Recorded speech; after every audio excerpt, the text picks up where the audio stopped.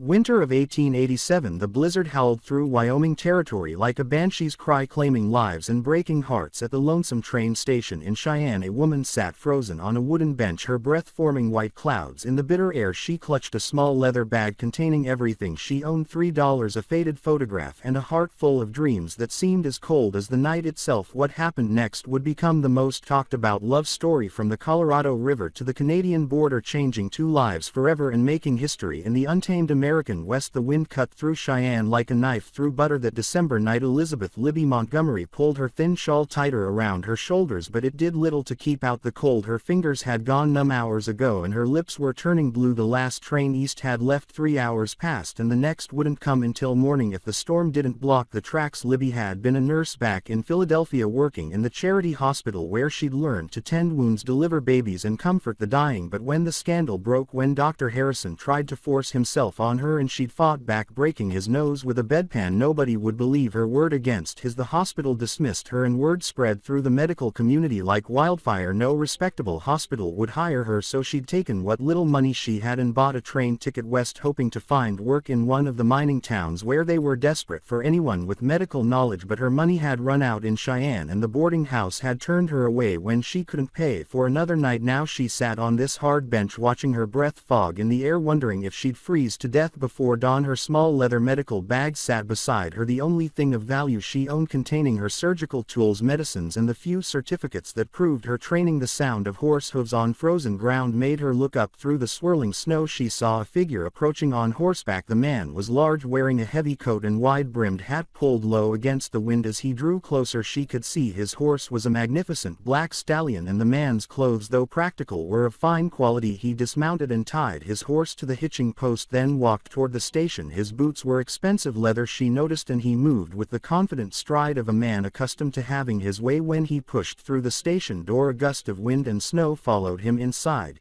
"Evening, miss," he said, touching the brim of his hat. His voice was deep and warm, with the slight drawl of someone who'd spent time in Texas. "Mighty cold night to be sitting out here alone." Libby tried to speak, but her teeth were chattering too hard. She managed a small nod. The man studied her with concerned eyes. He was perhaps 30 years old, with dark hair and a mustache, and despite the rough weather he was clean-shaven and well-groomed. His face was weathered from years in the sun, but his eyes were kind. "Name's Jackson, Jack Thornton," he said, pulling off his gloves. "I own the Double T Ranch about 20 miles north of here. Been in town on business and was heading home. When I saw you through the window." He noticed her medical bag and the way she was dressed. Her clothes were quality but worn, and she had the bearing of an educated woman despite her obvious poverty. "Are you a doctor, miss?" he asked gently. "Nay, nurse," Libby managed to say through chattering teeth. "Elizabeth Montgomery from Philadelphia." Jack's eyes widened. A trained nurse was rarer than gold in Wyoming territory. Most towns were lucky to have a barber who could pull teeth and set bones. "Miss Montgomery, you're going to freeze to death if you stay here much longer," he said, his voice filled with concern. "The storm's getting worse and this station isn't heated. Please let me take you somewhere warm." Libby looked at him with a mixture of hope and weariness. She'd learned not to trust men too easily, but she was desperate, and something about this Jack Thornton seemed different from the men she'd known back east. There was a gentleness in his manner despite his obvious strength. I don't have money for a hotel," she admitted, her voice barely above a whisper. "That's not your concern right now," Jack said firmly. "Getting you warm and fed is what matters. We can sort out the rest later." He shrugged out of his heavy coat and wrapped it around her shoulders. The warmth of it still carrying his body heat made her gasp with relief. The coat smelled of leather, horses, and something else, perhaps pine soap. "Can you walk?" he asked. Libby tried to stand, but her legs were too stiff from the cold. Without hesitation, Jack scooped her up in his arms, her medical bag included. She was light as a feather, he thought, and trembling like a leaf in a windstorm. "The hotel's just across the street," he said, carrying her toward the door. "We'll get you warmed up and fed, and then you can tell me what brings a trained nurse to Wyoming territory in the middle of winter." As they stepped out into the storm, Libby found herself pressed against Jack's chest, his strong arms holding her securely. For the first time in months she felt safe. She didn't know this man, didn't know his intentions, but somehow she trusted him. Maybe it was the desperate situation, or maybe it was something in his eyes, a kindness she hadn't seen in far too long. Before we roll back time, tell us where you're tuning in from and hit subscribe for more Wild West tales. The Cattleman's Hotel was the finest establishment in Cheyenne, and when Jack Thornton walked through the front door carrying a half-rosin frozen woman. Every head in the lobby turned. The desk clerk, a thin man named Perkins, hurried over with obvious concern. "Mr. Thornton, sir, what happened?" "Found this lady at the train station near, frozen to death," Jack said, still holding Libby in his arms. "I need your best room and send up hot food, coffee and plenty of blankets. Also get Doc Williams if he's still in town." "Right away, sir," Perkins said, grabbing a key from the board. "Room 12, second floor. Shall I help carry her?" "I've got her," Jack replied, heading for the stairs. Libby was aware of the stairs and whispers as Jack carried her through the hotel, but she was too cold and exhausted to care about her reputation. The warmth of the building was making her fingers and toes tingle painfully. As feeling returned to them, Jack carried her into a spacious room with a large bed, a fireplace and fine furniture. He set her gently on a chair by the fire and immediately began building up the flames. "The hotel will send up some ladies' clothes," he said, not looking at her as he worked with the fire. "Yours are damp from the snow. We need to get you warm and dry." A knock at the door announced the arrival of hot coffee, soup and blankets. Jack tipped the boy generously and sent him away, then poured Libby a cup of coffee with hands that were surprisingly gentle for their size. "Drink this slowly," he said, wrapping a blanket around her shoulders. "Too much heat too fast can be dangerous." Libby sipped the coffee gratefully, feeling warmth spread through her chest. "You seem to know something about medicine yourself," she observed, her voice growing stronger. Jack smiled. "You learn a few things running a ranch. Men get hurt, animals get sick, and the nearest doctor might be 100 miles away."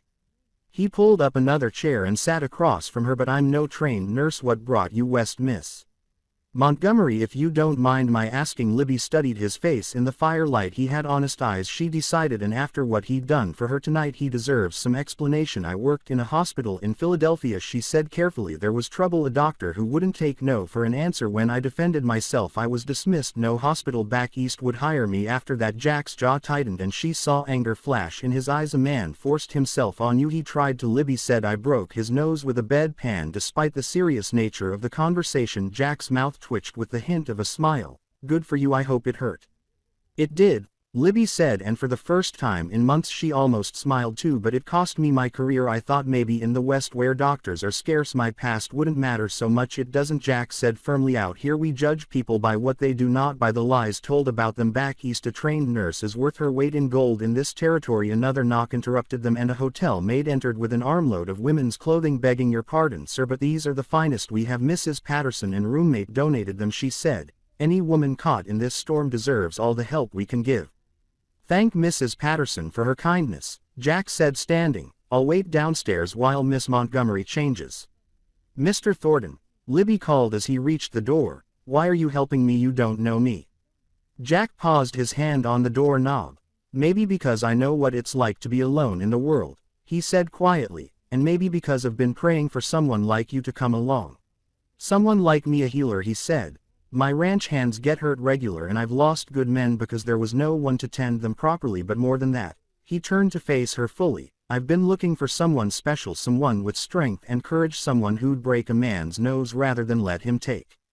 With that he left the room, closing the door gently behind him. Libby sat by the fire staring at the closed door. She'd expected many things when she came west, but she'd never expected to meet a man like Jackson Thornton, rich enough to own his own ranch, kind enough to help a stranger, and respectful enough to leave her alone to change clothes without being asked. She looked at the clothes the maid had brought, a simple but well-made dress of blue wool undergarments, stockings, and even a pair of boots that looked like they might fit. As she changed out of her damp, travel-stained clothes, she couldn't help but wonder what tomorrow would bring. For the first time since leaving Philadelphia, she felt a spark of hope. Libby woke to sunlight streaming through the hotel window and the distant sound of voices from the street below. The storm had passed, leaving the world covered in pristine white snow. She'd slept better than she had in weeks, warm and safe for the first time since leaving Philadelphia. A soft knock at the door made her sit up. "Miss Montgomery, it's Jack Thornton." "Just a moment," she called quickly, braiding her long brown hair and smoothing the borrowed dress. When she opened the door, she found Jack standing in the hallway with a breakfast tray. "Morning," he said with a smile that made her heart skip. "Thought you might be hungry. How are you feeling?" "Much better, thank you," she said, stepping aside to let him enter. "Mr. Thornton, I don't know how to repay your kindness." "Jack," he corrected, setting the tray on the small table by the window, "and you don't owe me anything, though I was hoping we might talk about your plans." They sat across from each other as Libby ate the hearty breakfast of eggs, bacon, biscuits, and jam. The food was delicious, and she realized how long it had been since she'd had a proper meal.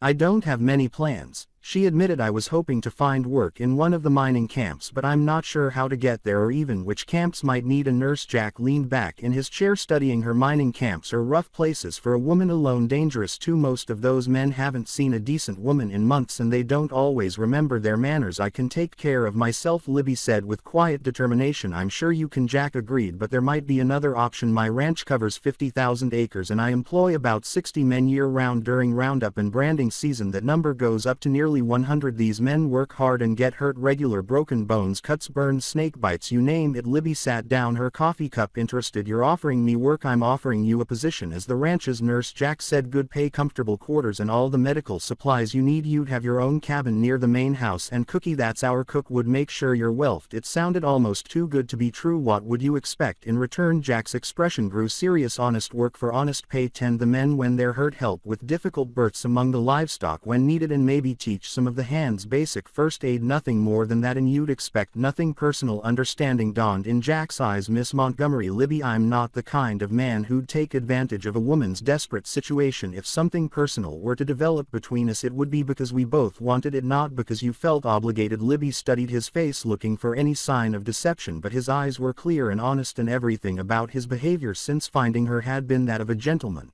How far is your ranch? She asked. 20 miles north.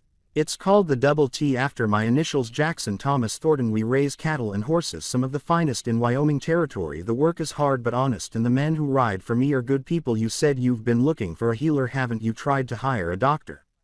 Jack laughed, but there was no humor in it. I've tried. Posted notices in newspapers from Denver to Kansas City. Most doctors want to practice in towns where they can build a profitable practice treating wealthy patients. Ranch work is too uncertain, too dangerous, and not profitable enough for most of them. But you'd hire a woman? I'd hire anyone with the skills and courage to do the job, Jack said firmly. Out here we care more about what a person can do than whether they wear pants or a dress. Libby considered the offer. It was better than anything she dared hope for, but it seemed too perfect. There had to be a catch. What aren't you telling me?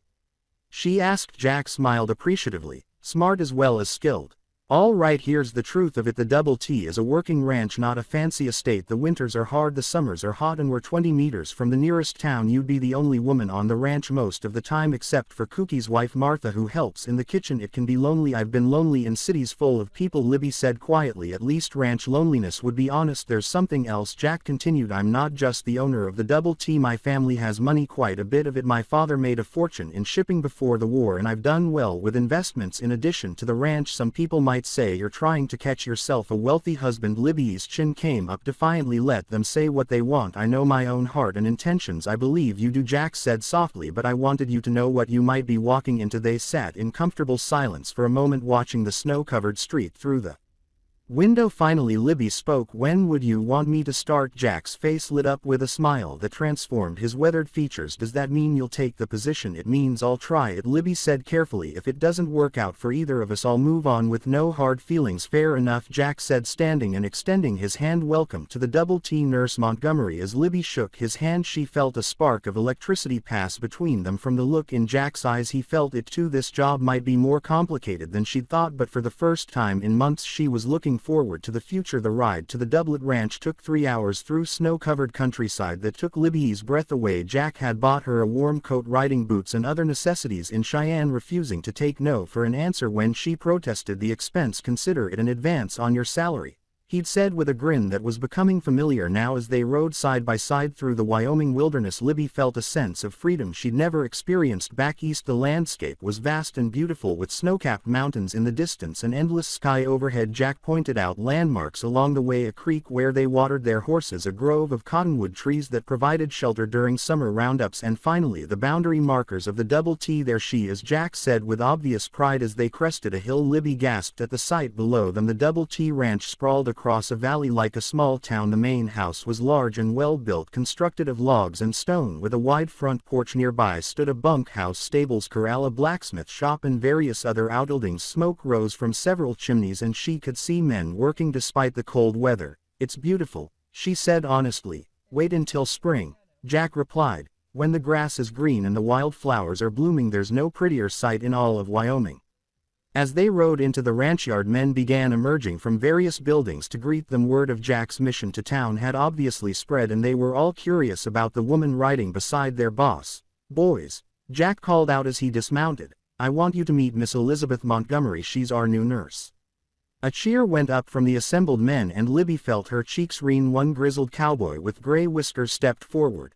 "Name's Tom Bradley, miss. I'm the foreman here. Can't tell you how glad we are to have someone with medical training on the ranch." "Thank you, Mr. Bradley," Libby said as Jack helped her down from her horse. "I hope I can be of help." "Oh, you will be," said another man with a bandaged hand. "I cut myself on some barbed wire yesterday and it's been painting me something fierce. I'll take a look at it after I get settled," Libby promised. Jack led her toward a small but well-built cabin about 50 yards from the main house. "This will be your home," he said, opening the door. The cabin was simple but comfortable, with a main room that served as both living area and office, a small bedroom and a kitchen with a wood stove. A fire had already been lit in the fireplace and the rooms were warm and welcoming. Cookie's wife Martha stocked the kitchen with supplies, Jack explained, "and I had some of the boys bring over furniture and linens. If you need anything else just let me know." Libby walked around the cabin, touching the simple wooden furniture and admiring the view from the windows. One looked toward the mountains, another toward the main house and ranch buildings. It was perfect. "There's one more thing," Jack said, leading her to a room she hadn't noticed. "I thought you might need this." He opened the door to reveal a fully equipped medical office. There was an examination table,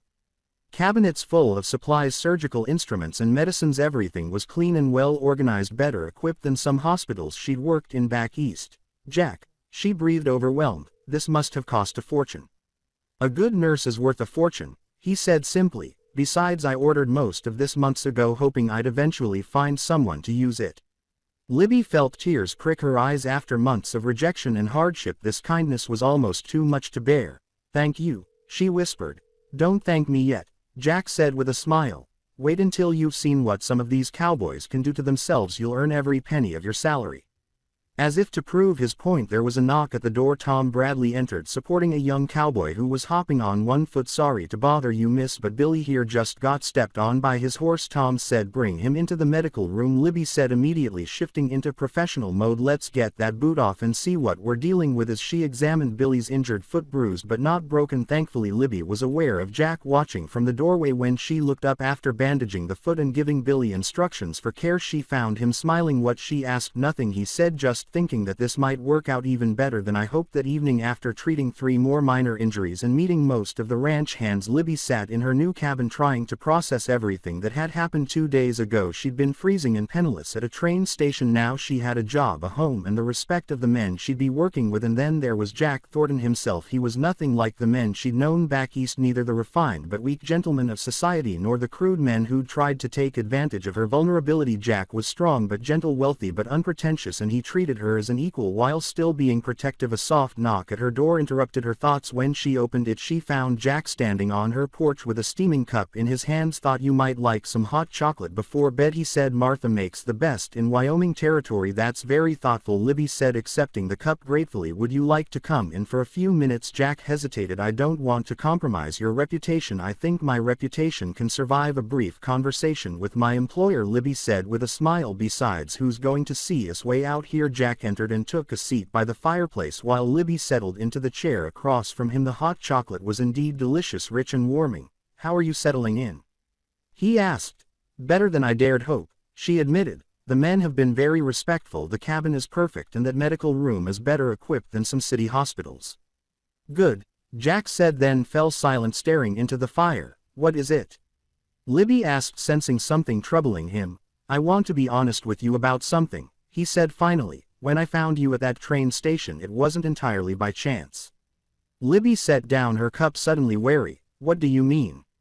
"So I'd been in town on business, yes, but I was also making inquiries about finding a nurse or doctor for the ranch. The hotel clerk mentioned that a woman with medical training had been asking about work earlier that day. I went to the station hoping to find you." "So you knew who I was?" "I knew a trained nurse was supposed to be on the evening train from the east," Jack said. "I didn't know your name or your circumstances until I found you there." Libby considered this. "Why didn't you tell me earlier?" "Because I wanted you to take the job based on its merits, not because you felt obligated to the man who rescued you." "It made sense." And Libby found herself respecting him even more for his honesty. Is there anything else I should know? Jack met her eyes directly. Just this. I'm attracted to you, Libby. Have been since the moment I saw you sitting in that station, but I want you to know that your job here is secure regardless of your personal feelings toward me. I won't pressure you or make your position here dependent on anything other than your professional skills. Libby felt her heart skip a beat. The attraction was mutual, but she appreciated his straightforwardness. Thank you for being honest, she said softly, and for the record, the attraction isn't one-sided. They looked at each other across the firelight, both aware that something significant was beginning between them, but they also both knew it was too soon, too complicated by their employer-employee relationship. Well, Jack said, standing, I should let you get some rest tomorrow. Cookie wants to show you around the kitchen gardens and Martha's eager to give you the full tour of the ranch. Jack, Libby called as he reached the door. Thank you for everything. I haven't felt this hopeful about the future in a very long time. Neither have I, he said quietly, and then he was gone, leaving Libby alone with her thoughts in the warm glow of possibility. Spring came early to Wyoming territory that year, and with it Libby settled into her new life at the Double T Ranch. She treated everything from broken bones to snake bites, delivered Foss and calves, and even helped Martha in the kitchen garden when her medical duties were light. The Cowboys had come to trust and respect her, often seeking her advice on matters that had nothing to do with medicine, but it was her growing relationship with Jack that occupied most of her thoughts. He was careful to maintain professional boundaries during the day, but their evening conversations on her cabin porch had become a cherished routine. They talked about everything: his dreams for the ranch, her experiences back east, their hopes for the future. One evening in late April, as they sat watching the sunset paint the mountains gold and purple, Jack brought up a subject that had been weighing on his mind. Libby, there's something I need to tell you about my past, he said, his voice unusually serious. She sat down, her coffee cup, and gave him her full attention. What is it? I was married before, Jack said quietly. Her name was Rebecca. We were childhood sweethearts back in Texas. Married when I was 22. Libby felt a stab of jealousy, followed immediately by guilt. Of course, a man like Jack would have been married before. What happened to her? She asked gently. Fever took her 3 years ago, Jack said, pain evident in his voice. We'd been trying to have children, but it never happened. When she died, I thought my chance at happiness died with her. I'm sorry, Libby said, reaching over to squeeze his hand. She must have been very special. She was, Jack agreed, but she was also nothing like you. Rebecca was gentle and delicate, content to stay home and tend her flowers. You're strong, independent, willing to face challenges head on. I love that about you. Libby's heart stopped. Jack, I know it's too soon, he said quickly. I know we work together and that complicates things, but I can't pretend anymore that my feelings for you are just professional respect. Mine aren't either, Libby admitted, but you're right, it is complicated. What would the men think? What would people in town say? I don't care what they say, Jack said firmly, but I care what you think, what you want. Before Libby could answer, Tom Bradley came running up to the cabin, his face pale with worry. Boss, Miss Libby, there's been an accident. Lightning spooked the horses and young Danny got trampled. He's hurt bad. Libby was on her feet instantly, her personal feelings pushed aside by professional duty. Where is he? Bunkhouse, Tom replied. Cookie and some of the boys carried him there. Libby ran to the medical room to grab her supplies while Jack saddled horses to ride for the doctor in Cheyenne, but when she reached the bunkhouse and saw Danny's injuries, she knew there wasn't time to wait for the doctor. The 18-year-old cowboy was unconscious, his chest crushed and his breathing labored. Internal bleeding was obvious, and Libby knew she had to operate immediately or lose him. Clear a table, she ordered the gathered men. I need lots of light hot water and clean sheets. Tom, I need you to assist me, Miss Libby, Tom said uncertainly. Shouldn't we wait for the doc? He'll be dead before the doctor gets here, Libby said firmly. I've done this surgery before. We can save him, but we have to act now. For the next 3 hours Libby worked over Danny's broken body, repairing internal damage and setting bones. The cowboys watched in awed silence as she performed what seemed like miracles with her skilled hands. When she finally stepped back, exhausted but triumphant, Danny's breathing was steady and his color had improved. He'll live, she announced, and the bunkhouse erupted in cheers. Jack, who had returned with the doctor an hour earlier, watched from the doorway with undisguised admiration when the doctor examined Danny and pronounced Libby's work as fine as any surgeon in Denver could have done. Jack's pride was evident to everyone present. Later that night, after Danny had been moved to the cabin next to Libby's for easier monitoring, she and Jack finally had a chance to talk. What you did tonight? Jack said as they sat on her porch in the moonlight. It was incredible you saved that boy's life. It's what any trained nurse would have done, Libby said modestly. No, Jack said firmly, it's what you did and it's why I love you. There it was out in the open. Libby looked at this man who had rescued her from freezing, given her a home and meaningful work, and now looked at her as if she were the most precious thing in the world. I love you too, she said simply. Jack leaned over and kissed her, then gentle and sweet under the star-filled Wyoming sky. When they broke apart, both were breathing hard. Marry me, Libby, Jack said. I know it's fast, I know it's complicated, but I can't imagine my life without you now, Jack. Libby began, but he held up a hand. You don't have to answer tonight, he said. Just promise me you'll think about it. I will, she promised, though in her heart she already knew her answer. Word of Jack's proposal spread through the ranch faster than wildfire, and to Libby's surprise the reaction was overwhelmingly positive. The Cowboys had come to love and respect her, and they could see how happy she made their boss. Even Tom Bradley, initially skeptical about having a woman on the ranch, gave the match his wholehearted approval. Never seen the boss smile so much, he told Libby one morning as she checked on Danny's recovery. You're good for him, miss, good for all of us. The wedding was planned for the first Saturday in June, and it became the social event of the season in that part of Wyoming territory. Cowboys from neighboring ranches, townspeople from Cheyenne, and even some of Jack's business associates from Denver came to witness the union of the millionaire rancher and his nurse. Libby wore a dress of ivory silk that Jack had ordered specially from San Francisco, and Martha had woven wildflowers from the prairie into her hair. She looked radiant as she walked down the makeshift aisle between the ranch buildings, with Tom Bradley proudly escorting her in place of the father she'd lost years earlier. Jack waited at the altar they'd constructed on the front porch of the main house, dressed in his finest black suit but looking more nervous than Libby had ever seen him. When their eyes met, however, his nervousness disappeared, replaced by a smile of pure joy. The ceremony was performed by the circuit preacher who traveled through the territory, and his words about love, commitment, and partnership seemed especially meaningful given how Jack and Libby had found each other. Do you, Jackson Thomas Thornton, take Elizabeth Rose Montgomery to be your lawfully wedded wife, to have and to hold, in sickness and in health, for richer or poorer, for better or worse, as long as you both shall live? I do, Jack said firmly, his voice carrying clearly across the assembled crowd. And do you, Elizabeth Rose Montgomery, take Jackson Thomas Thornton to be your lawfully wedded husband, to have and to hold, in sickness and in health, for richer or poorer, for better or worse, as long as you both shall live? I do, Libby replied, her voice strong and sure. When the preacher pronounced them husband and wife, Jack's kiss was passionate enough to draw cheers and whistles from the Cowboys. Libby blushed but didn't pull away, secure in the love they shared. The celebration that followed was legendary. Cookie had outdone himself with a feast that included roasted beef, fresh trout, vegetables from Martha's garden, and a three-tiered wedding cake that had been transported carefully from Denver. There was music, dancing, and storytelling that went on well into the night, but perhaps the most meaningful moment came when Danny, still recovering from his injuries but determined to attend the wedding, stood to make a toast. To Mrs. Thornton, he said, raising his glass of lemonade. He was still too weak for alcohol. The woman who saved my life and made our boss the happiest man in Wyoming territory. May your love story inspire generations to come. The crowd erupted in agreement, and Libby found herself crying happy tears as Jack squeezed her hand. As the evening wound down and the guests began to depart, Jack and Libby found themselves alone on the porch of the main house, which would now be their home together. Well, Mrs. Thornton, Jack said, taking her hands in his, how does it feel to be a married woman? It feels like coming home, Libby replied honestly, like everything that happened before was just preparing me for this moment. Jack pulled her close and they danced slowly to the music drifting from the bunkhouse where some of the Cowboys were still celebrating. I have something for you, Jack said, reaching into his jacket pocket. He pulled out a small velvet box and opened it to reveal a beautiful gold locket. Jack, it's beautiful, Libby breathed as he fastened it around her neck. Open it, he urged. Inside was a tiny photograph of the two of them taken earlier that day, and engraved on the opposite side were the words, "Forever and always, JT.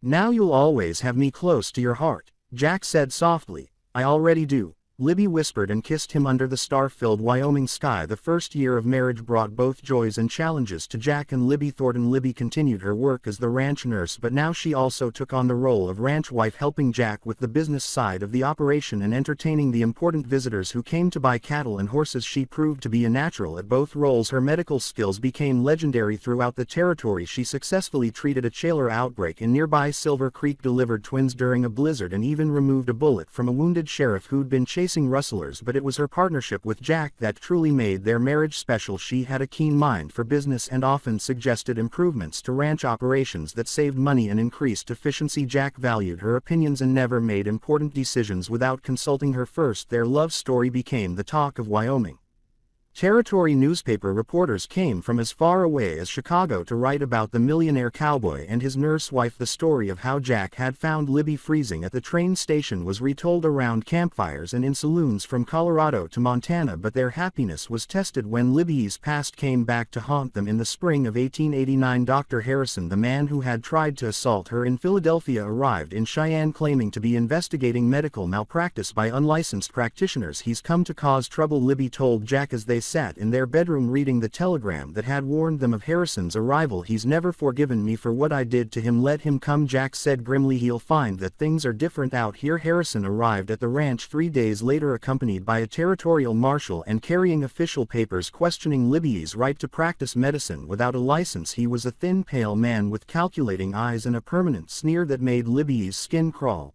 "Mrs. Thornton," he said with mock politeness, "or should I say Miss Montgomery, I'm here to investigate reports of illegal medical practice." "My wife is a trained nurse," Jack said, stepping protectively in front of Libby. "She has certificates proving her education and experience. Certificates that are meaningless if she's been dismissed from her position for moral turpitude." Harrison replied smoothly, "Did you tell your husband about your behavior back in Philadelphia, my dear?" "I told him about a coward who tried to force himself on me and got his nose broken for his trouble," Libby said, her voice steady despite her racing heart. "Your word against mine," Harrison said with a smile. "And I'm a respected physician while you're just a woman of questionable virtue." That was as far as he got before Jack's fist connected with his jaw, sending him sprawling in the dirt. The marshal reached for his gun but found himself facing 30 angry cowboys who had appeared seemingly from nowhere. "Now see here," the marshal said nervously.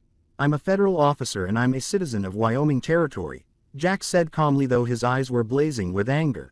"You want to question my wife's credentials? Fine, let's go to town and have a proper hearing." The hearing was held in Cheyenne's courthouse 3 days later, and it seemed like half the territory showed up to support Libby. Patient after patient testified about her skill and compassion. The doctor from Cheyenne spoke eloquently about her surgical abilities. Even the territorial governor, who had met Libby at a social function, sent a letter praising her contributions to the Torito's medical care. Harrison's accusations fell apart under scrutiny. It was revealed that he had been dismissed from his own hospital position for drinking and incompetence, and that he had harbored a grudge against Libby for years. When Tom Bradley testified about how Libby had saved Danny's life performing surgery that no one else in the territory could have done, the judge's decision was swift and decisive. "Mrs. Thornton," the judge said, "your service to this territory has been exemplary. Your nursing certificate is hereby officially recognized by the territorial government and you are authorized to practice medicine throughout Wyoming Territory. As for you, Dr. Harrison, I suggest you leave our territory immediately before these good people decide to show you the same hospitality you've shown their beloved nurse." The courtroom erupted in cheers and Libby found herself swept up in Jack's arms as he spun her around in celebration.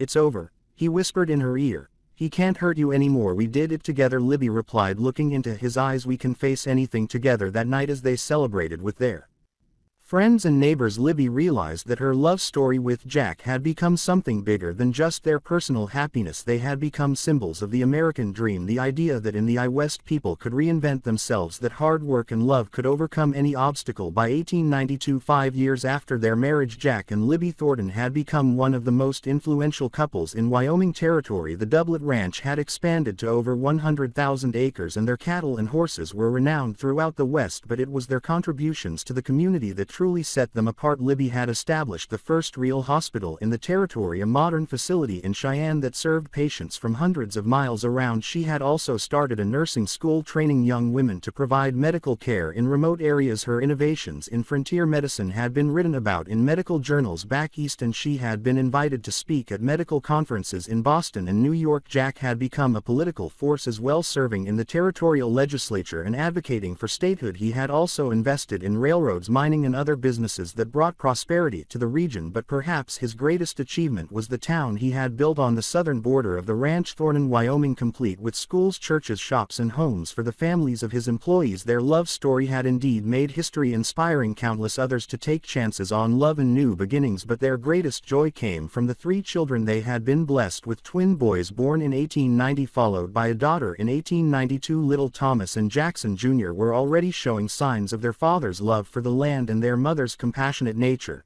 Baby Rebecca, named for Jack's first wife with Libby's blessing, was the light of their lives. "She's going to be a healer like her mother," Jack said one evening as they watched their daughter sleep in her crib.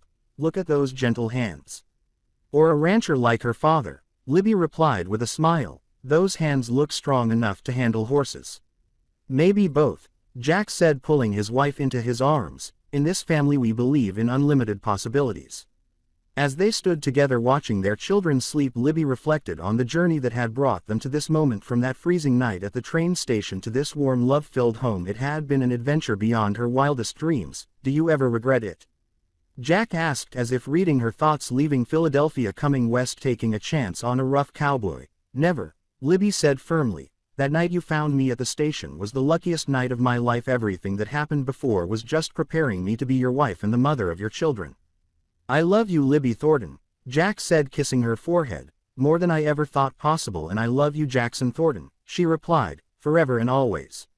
Outside their window, the Wyoming wind whispered through the cottonwood trees, carrying with it the sounds of the ranch settling down for the night. In the distance, a cowboy played a soft tune on his harmonica, and the cattle loaded peacefully in the fields. Years later, when historians wrote about the early days of Wyoming, they always included the story of Jack and Libby Thornton. Their love story became legend, told and retold around campfires and in books, inspiring generations of Americans to believe in the power of love to overcome any obstacle. The Double T Ranch continued to thrive under their children's leadership. Thomas became a respected cattleman and served as Wyoming's first state senator. Jackson Jr. became a doctor, following in his mother's footsteps, and established hospitals throughout the growing state. Rebecca married a fellow rancher and raised 6 children of her own, passing down the family stories of courage, love, and perseverance. The town of Thornton grew into a thriving city, and the hospital Libby founded became a major medical center. Her nursing school graduated hundreds of women who carried her legacy of compassionate care throughout the American West. But perhaps the most enduring legacy of Jack and Libby's love story was the example they set for others. They proved that love could blossom in the most unlikely circumstances, that two people from different worlds could build a life together based on mutual respect, shared dreams, and unwavering commitment. In the museum in Cheyenne, visitors can still see Libby's medical bag, the one she carried that cold night in 1887 when she sat freezing at the train station. Next to it is Jack's wedding ring and a copy of their marriage certificate. But the real monument to their love isn't in any museum, it's in the hundreds of couples who found inspiration in their story, who took chances on love, who built lives together in the American West. The plaque in the museum reads, "Jack and Elizabeth Thornton, proof that love can conquer all and that the greatest adventures begin with a single act of kindness." And in the graveyard on the hill overlooking the Double T Ranch, 2 headstones stand side by side under the big Wyoming sky. Jack died in 1923 at age 86, and Libby followed him just 3 months later, unable to bear life without her beloved husband. They are buried together as they lived hand in hand, heart to heart, their love story complete but their legend eternal. The inscription on their shared headstone, chosen by their children, reads simply, "Forever and always, a love that made history." Even today, more than a century later, visitors come to Wyoming to see where the famous love story began. They visit the site of the old train station in Cheyenne, tour the Doublet Ranch, now a museum, and walk through the town of Thornton, and they leave inspired by the story of a millionaire cowboy who found a freezing nurse at a train station and discovered that sometimes the greatest treasures are found in the most unexpected places. The legend of Jack and Libby Thornton lives on, a testament to the power of love, the promise of the American West, and the truth that every great love story begins with someone caring enough to reach out to a stranger in need. Their love story truly did make history, proving that in the land of endless possibilities, love is the greatest adventure of all. Now that you've watched the full story, we'd really appreciate it if you could rate it out of 10 in the comments. Your thoughts help us improve and ensure we're bringing you the kind of storytelling you truly enjoy.